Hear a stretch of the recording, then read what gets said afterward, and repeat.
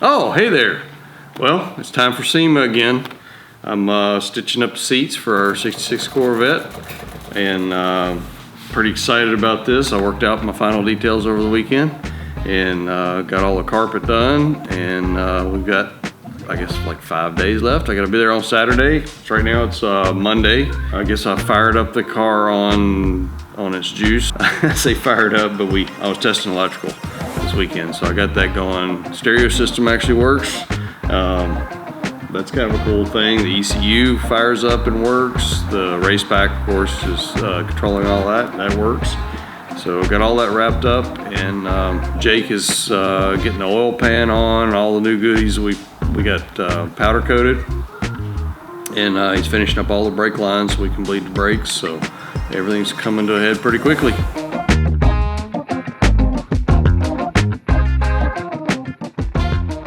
So right now I'm sewing up it's kind of a decorative piece. It goes in the middle of the seat bottom and the seat top. Yeah, let me show you what I'm doing with that.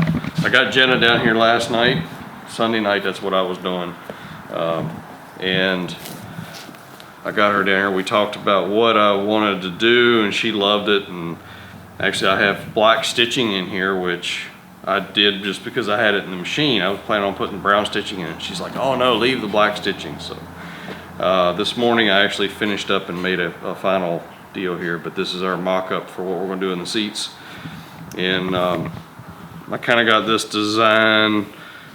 I don't know. This just reminds me of like what I saw in Ferraris. Some of the stuff I've worked on Ferrari stuff. But having the black stripe down the middle kind of gives you the backbone of the Stingray. There's like always something down the backbone in the middle. So kind of splitting the seat. And also this is kind of a throwback too to the Harley Earl car. Harley Earl had his own Corvette, and it had a white stripe down the middle with blue seats. It was a blue car. So to me, this just screams Corvette, prototype stuff. So just gotta get this thing finished up.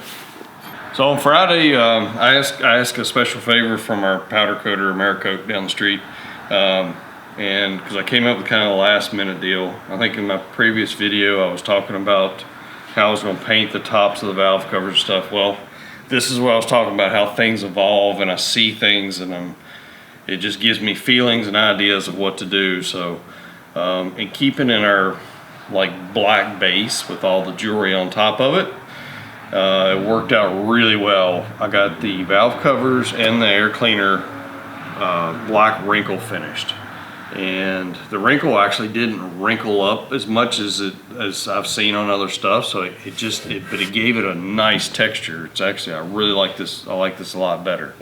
And so this is actually a Moon air cleaner with, I think, an all-star base so that it fit down nice and tight. And then I used a K&N filter in it and did a woven wire aluminum mesh around the outside of it to kind of just give it a race car look to it, and you don't just see this red air filter sticking out. And then where we would machine the Old Anvil Speed Shop in the valve covers, that just worked out perfect. I look back to the old Baldwin Motion stuff and valve covers back in the 70s, and they would put their name on it, and so that's where we came up with that. And there's so many details under here, but I'm really happy. We have all of our hoses exposed, and little things like our special clamps. These are hose clamps that don't bite in. They're made for soft materials, and then there are silicone hoses from HPS. They just little things like that we use for when we do our heater hoses. We do an AN fitting with from Phoenix, and this is a push lock deal, but I use Gates green stripe hose on it for the heater hose, because then we go back to the vintage air unit, so then we want it to slip on there, and then we use the Gates shrink to fit clamps, so it looks kind of like some factory deal. We don't have a lot of stuff exposed, and it's all black. And one thing we do is on the Gates, we take lacquer thinner and wipe the lettering off before we shrink it. and it just gives a nice finish on it. Yeah, so like I said, I got all the carpet in over the weekend. Did not realize how much work that was. There is a lot of carpet in here. And everything is bound with leather. I used the Apex leather. Made the side panels. I've still got to fasten this one in. It's amazing how when you go and redo a car like this, some of the stock stuff, some of it works, some of it doesn't. We've got some holes stripped out, so I've got some nut certs coming with some different screws so we can put nut certs in instead of the sheet metal screws. And just finding the right sizes and all that, because the stock stuff's not really working.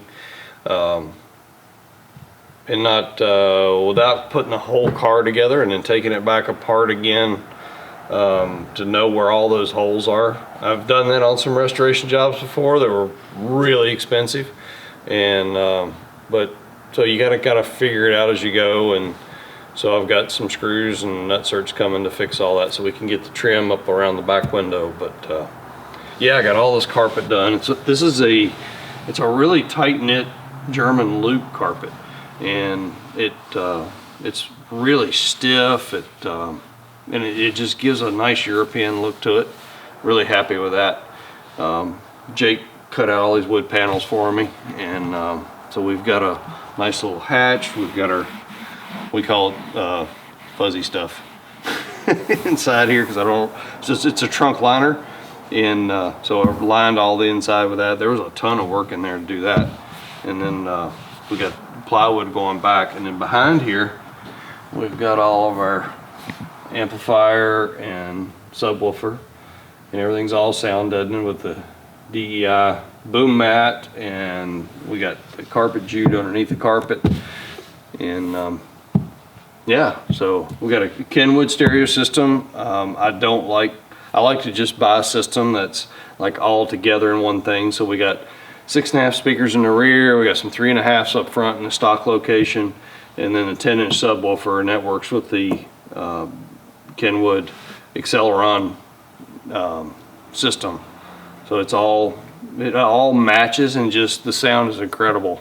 We did a retro sound head unit in the stock location, and then I retrofitted the original knobs. I've still got to machine the knobs out for the vintage air units, but I'm working on, I got to do the little armrest pad and the seats and door panels. Got to cover those and cover the dash pieces. So got another 5 days to do that and finish up all the little details, and we'll be off to SEMA.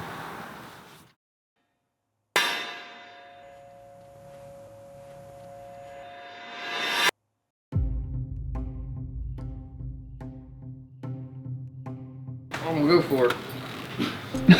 It'll be loud as shit in here.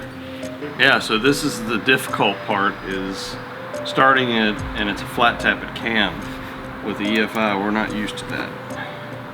Well, we're probably gonna have to start it and shut it off a couple times. Okay. Ready?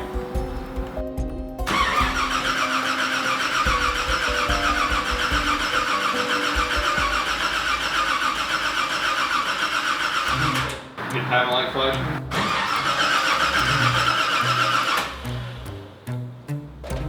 MSD box isn't on. Did you just cut the key off? No. Yeah, it's not on. It is now. Oh, the ignition's acting weird. You want to get that?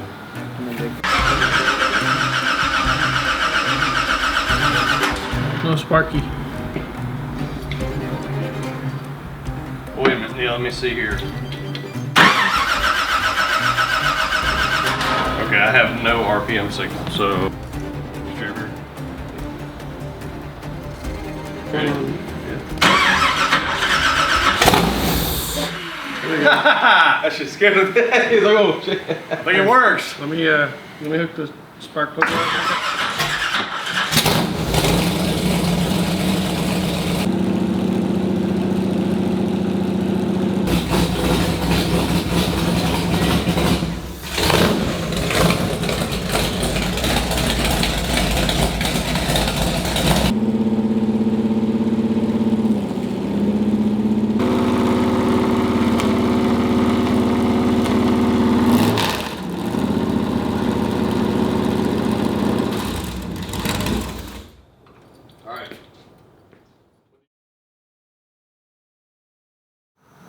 Well, we've got 2 days left and I am still sitting here. I'm at the same spot I was 4 days ago, but I've also stopped and finished up a whole lot of stuff and helped the guys finish up a lot of stuff. The Corvette is coming along. We just had a visit from Coker Tire. I was really excited about that. They're excited about it. We got wheels and tires on, and this thing looks amazing. We've been playing 70s disco music because it fits the era of this car so well, and knowing Fred and how he is, it's just getting us all in the mood. It's crazy. I was teasing about his leather jacket he has at home that I gotta get him bring his leather jacket in because I think it matches the interior. I think he should wear that while he's driving this thing for sure. Maybe some bell bottoms too. But this car was just really taking me back to my childhood and what I saw and what I appreciated. These Firestone wide oval 60s are just incredible, and they're even labeled in the original sizes. We're running a GR 60 front and an LR 60 rear. That's pretty cool. So, but I've still got some stitching to do. I've got all my parts laid out for the seats. I did get the inserts made, which was the major part. They look really good. Also, we got the dash pads finished. So Jake's actually in the process of putting all the dash together. Got the dash pads all done. The Apex leather is just, I'm loving this leather. It's got the right sheen to it. It's very soft and supple. It has just a little bit of stretch, and with a little bit of heat, it shrinks and tightens up really nice. I actually found some polyurethane glue that's a heat setting glue that I used. That's working really well. Worked really well here on the dash to glue the seam and then pull everything from there so the seam's nice and straight. So everything just seems to be falling in place. We're getting this is like all the exciting time, because like all these details in my mind are all coming together at once. And I don't know, I couldn't even hardly sleep last night. I'm so excited about this, not because I'm stressing, because I'm just excited. Yeah, so Fred came by yesterday too. He's been coming by almost every day, and he's getting excited as well. I guess we've got engines all wrapped up. We got it fired up. Brakes are done. Wheels are on. Everything's torqued down. Got a little bit of touch up to do on some paint things. Jaime and Juan are kind of doing the final buff on the car, getting a few things, we're color sanding a few little places that needed it. And we got the back glass in. Got a little, the inner trim didn't fit the greatest with the way the car is. Car was pretty rough when we got it, so we had some issues there. Got a little bit of touch up to do on some things, and get the windshield in it as soon as we get this dash in. So all the interior there in the dash will start falling into place. All the wiring's done, all that's hooked up. Even the stereo system all completely works, and power windows work. This should be a fully functioning car for SEMA. I can't believe it. We might not charge the AC yet. That's the only thing I know of. But everything is falling into place. Jake's been working on all the vintage air stuff. We're finding their instructions are so detailed. Holes we've got to drill, and we were just working on all that before lunch. And the new Gen 5 system is incredible the way it works, and I guess they took the time to really design it for this car, having the stock dash and everything in it. They moved a knob, and there's 3 knobs, so we're using 2 of the original heater knobs, and then it has a place for it on the side, and then we're machining one of the original knobs so that it looks all correct. So this car should look just like it's period correct with all this new technology. And kind of out of sight, out of mind, but under here it looks like we have yellow lipstick on her. But Brandon is finishing up the headlights and the grill. We worked out all the details this morning. It was like I was saying in the last video, all this design kind of came about at the last, because we were just seeing the car and getting the feeling of how it was going together. And of course, I'm always about ease of taking things in and out and doing that. So we came up with a really neat system. It was using 2 pieces of tubing, mounting the headlight buckets to them, and then all the grill mounts to that, and it all goes in at one unit. So that'll be pretty nice. And I think we'll have to do that to actually pull it out, maybe adjust the headlight and then put it back so we can check them. That's part of the custom deal, I guess. But once we get the headlights adjusted, they're there for life. So yeah, so Brandon's working on that. I think he should finish that up today, and maybe we get it painted in the car tomorrow. We're gonna polish the face of it and then paint from the kind of the front out back, so that it just kind of all goes away and hides. And I know the guys are going to touch up some of these screws in the vintage air system. You can see how nice and neat all the vintage air system is from here. And yeah, we're getting close.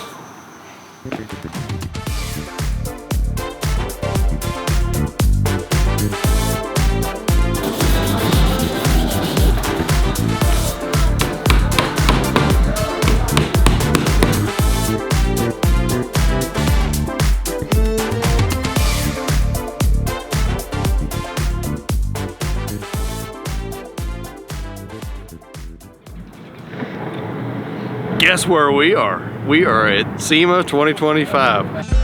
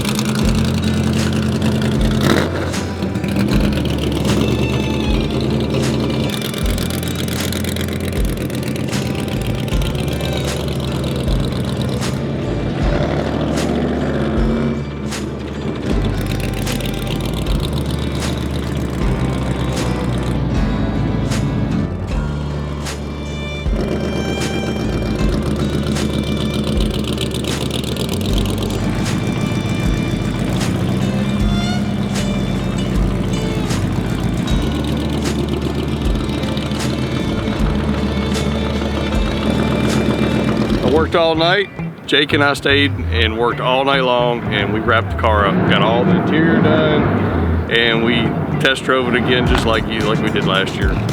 Test drove it into the trailer, and we just drove through all of SEMA. No problems, no hitches. Clutch works great, brakes worked great. I started it up about 12 times and started every time. All the guys at the shop were fantastic. I really appreciate you guys, and man, the work we did on this thing. Fred is here. He came with us, and he is super happy. Loves the cars. It's bringing back memories for him, and that's what it's all about. This car is all about nostalgia and that feel of that this car gives you.